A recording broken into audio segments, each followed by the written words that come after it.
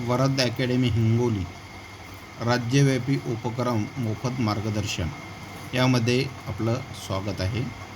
आज आपण 8वी scholarship mathematics unit 3 geometry हा भाग घेणार आहोत. तर यामध्ये आपण बेसिक कन्सेप्ट ऑफ जॉमेट्री याचा भाग शिकणार आहोत.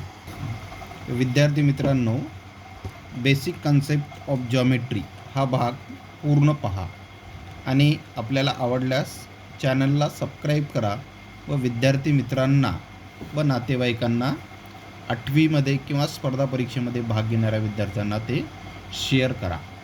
आता जॉमेट्री म्हणजेच आपण याला मराठीमध्ये भूमिती म्हणतो. जॉमेट्री हा जो भाग आहे यालाच आपल्याला सर्वांना माहीत आहे की याला आपण भूमिती, मराठीमध्ये याला भूमिती म्हणतो. आणि हा जो घटक आहे तो 6वी, 7वी आणि 8वी व पुढे 9वी आणि 10वीसाठी सुद्धा महत्त्वाचा म्हणजे बेसिक कन्सेप्ट आहे. तर या बेसिक कन्सेप्टमध्ये जॉमेट्रीमध्ये सर्वात पहिला जो पॉईंट येतो त्याला आपण नंबर 1 त्याला पॉईंट म्हणतो आणि त्यालाच मराठीमध्ये आपण बिंदू असं म्हणत असतो. मग आता बिंदू म्हणजे काय, तर समजा लक्षात घ्या की अतिशय अंकुचीदार म्हणजे एखादा टोक, पेनचं टोक आपण असं हे केलं तर हा जो भाग आहे तो आहे बिंदू. When a small dot is made with very fine tip on a short paper then we get a point. मग या पॉईंटला आपण नाव देतो पी. त्यानंतर नंबर 2 सेगमेंट. आता सेगमेंट यालाच आपण मराठीमध्ये रेषाखंड म्हणतो. रेषाखंड. आता रेषाखंड कशापासून तयार होतो, तर आपल्याला माहीत आहे की नंबर ऑफ पॉईंट्स. आता आपण पॉईंट बघितलं, हा नंबर 1 पॉईंट. मग असेच जर आपण पॉईंट देत गेलो आणि त्या पॉईंटला आपण अनेक असे जर हे केलं आणि 2 पॉईंट्स घेतले, समजा उदाहरणार्थ ए पॉईंट आणि बी पॉईंट, मग या 2 पॉईंटमध्ये अनंत पॉईंट आहेत म्हणजे infinite number of points. Then the segment, then the set of all points, the set of all points is called as the segment. मग A B he G segment आहे ती काय असते, अखंड असते म्हणजे याला मर्यादा असते. उदाहरणार्थ समजा याला 5 सेंटीमीटर आपण अशा पद्धतीनं म्हणू शकतो.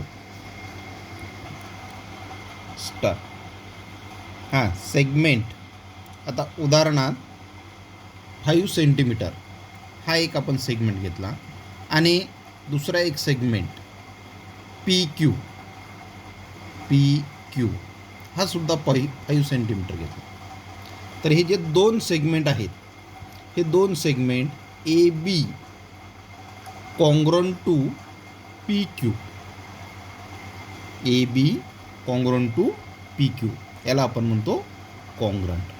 आता यानंतर आपल्याला घ्यायचे थर्ड पॉईंट. बेसिक जॉमेट्रीमध्ये जो थर्ड पॉईंट आहे तो आहे लाईन.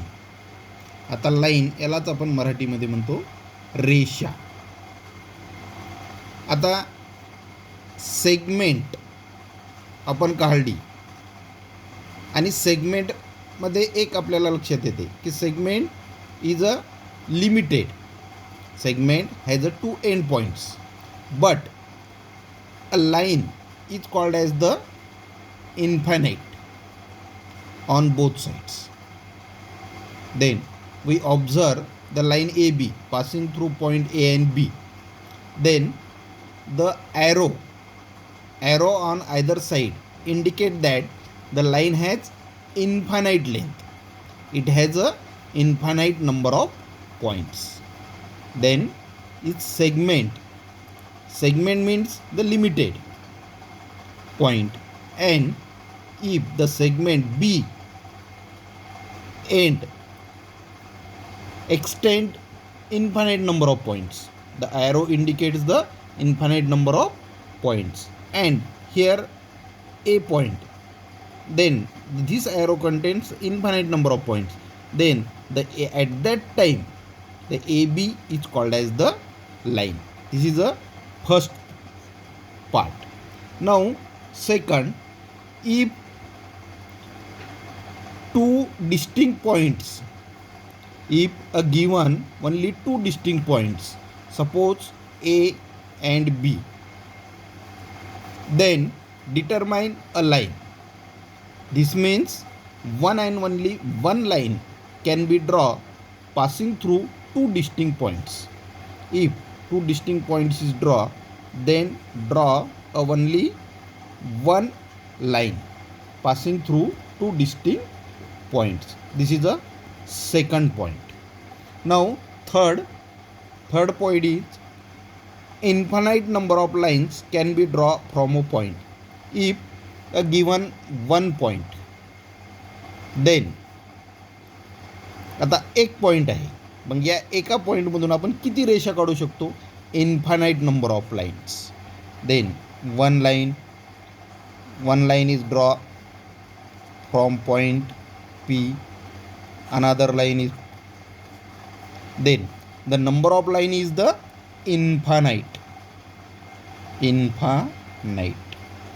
infinite lines means अनंत. यालाच मराठीमध्ये काय म्हणतो आपण? अनंत. हा तिसरा पॉईंट आहे रेषेच्या संदर्भामधला.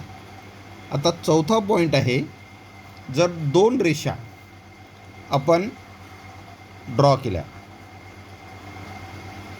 दोन रेषा जर आपण ड्रॉ केल्या, तर ह्या दोन रेषा एका पॉईंटमध्ये इंटरसेक्ट होतात. If two distinct lines intersect each other at a point, in the figure lines L and M intersect each other at point P. Then fifth point. नंतरचा पॉईंट लक्षात घ्या, कोलिनियर पॉईंट्स. आता कोलिनियर पॉईंट्स याला आपण मराठीमध्ये म्हणतो एकरेषीय बिंदू. आता कोणत्या रेषेला आपण एकरेषीय बिंदू म्हणतो? समजा आपण A, B, C, D असे चार बिंदू घेतले आणि चार बिंदू मधून जाणारी जर आपण एक रेषा काढली, तर हे जे चार बिंदू आहे A, B, C, D, या चार बिंदूला आपण म्हणतो एकरेषीय बिंदू. If there exist a line containing all given points, then those points are called collinear points.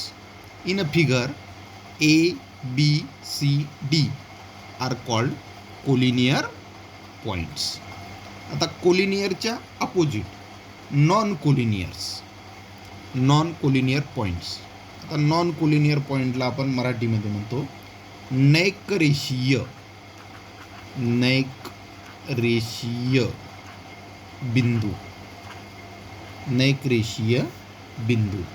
आता नैकरेषीय बिंदू समजा उदाहरणार्थ इथे आपण एक्स बिंदू घेतला, इथे वाय घेतला, इथे झेड घेतला. आता नैकरेषीय, मग आता हे तीन बिंदू घेतले, आपण एक रेषा जर काढली आपण याच्यातून, तर ही एक रेषा फक्त या दोन बिंदूतून जाते. या तिसऱ्या बिंदूतून गेली का? नाही. मग जर तिसऱ्या बिंदूतून जर रेषा नाही केली, तर याला आपण म्हणतो नैकरेषीय बिंदू. If a line can not draw passing through 3 or more points, then those points are called non-collinear points. Again, if line cannot be drawn passing through 3 or more points, then these points are called as a